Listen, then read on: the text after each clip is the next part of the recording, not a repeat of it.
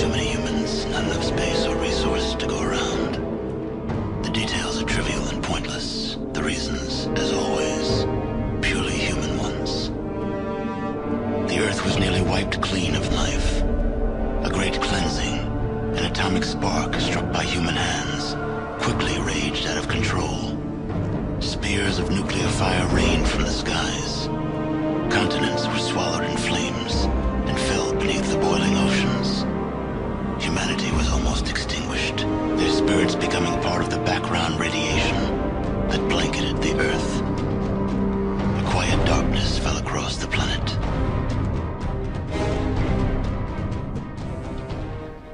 Hey guys, and welcome to episode 13 of Fallout History and Lore. In the last episode, we took a look at the science fiction heavy DLC Old World Blues for Fallout New Vegas. In this episode, at the request of you guys, we're going to dive into the fourth DLC for Fallout New Vegas, Lonesome Road.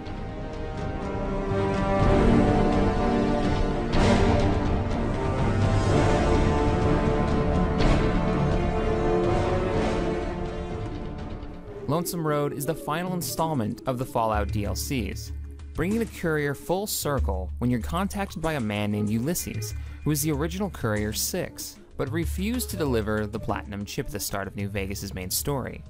At the start of the game, you receive a message from Ulysses saying that he will tell you why he never took the chip if you do one last job.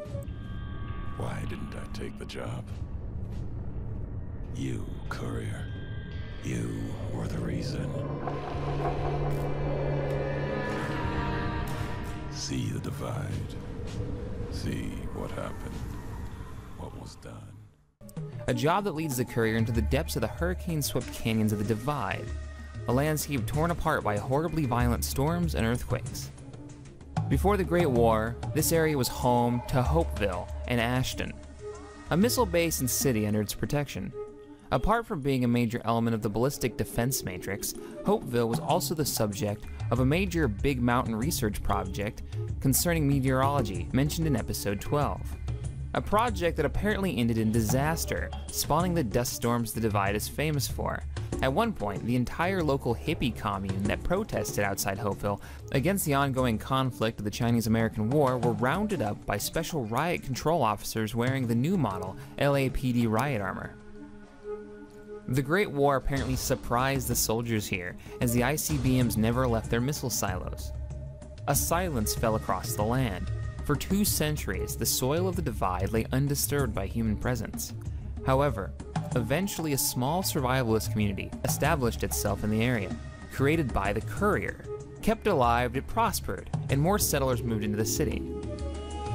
It prospered enough, in fact, to draw the attention of the new California Republic, who began to annex it swiftly for newly established supply lines across the treacherous Divide into the Mojave Wasteland. These actions drew the attention of Caesar's Legion, which, in its bid to take the Mojave, attempted to cut the new supply lines, sending Fermentarian assassins to explore the area after a sizable force of legionaries struck against Republic forces located there. But this war did not destroy the settlement. That was the work of the Courier, who, returning to the Divide again, carried a package from Navarro, by order of the NCR, containing the activated ICBM detonator to the Divide. When this device was close enough, it remote linked to the ICBM computers, sending a signal to the dormant nuclear missiles lying in the silos beneath the ground. They then began to detonate one after another, splitting the Earth, cracking and twisting the landscape, causing massive earthquakes. Entire companies of the NCR soldiers in the Divide were trapped together with their Legion foes. The disaster created the Divide as it exists now, a wind-beaten maze of twisting canyons, skin-flaying dust storms, and horrific abominations. The Divide twisted the surviving NCR and Legion. As the winds flayed their skin and radiation ghoulified them, they became the Marked Men, skinless horrors fueled by hatred and rage for everything around them. Outside the Divide, the disaster became a blessing in disguise for the Legion, cutting off NCR supply lines along Death Valley Road and the Carson Pass Highway. It granted Caesar's Legion time to recover after their losses at the first battle for the Hoover Dam. However, it also gave birth to the greatest danger to the post-war civilization of the American Southwest, Ulysses. The Divide disaster both traumatized and inspired him as he learned the impact of a single person. the Courier can have on history. Ulysses was determined to take revenge and sought to reshape the post-apocalyptic world single-handedly, much like the Courier reshaped the Divide by unleashing nuclear fire on it. At some point before the Second Battle of Hoover Dam, Ulysses contacts the Courier via a single message, the coordinates for the canyon wreckage west of Prim, and the words, Courier 6, Ulysses, wanting to destroy their new home in his reshaping process of America before their eyes, as the Courier did for him with the Divide. The Courier answered the call and confronted Ulysses at the Divide. There, under an old world flag and torn skies, the two decide the fate of America. When Ulysses is finally confronted by the Courier inside Ulysses' temple, beneath the old world flag, he's about to trigger a second nuclear apocalypse. Ulysses can either be fought by the Courier or be convinced to stand down and fight by the Courier's side against the marked men invading the temple. And at the Divide, you and I, we'll have an ending to things. This is your road. When you come, you'll walk it alone. So that wraps up the last official release for the Fallout franchise.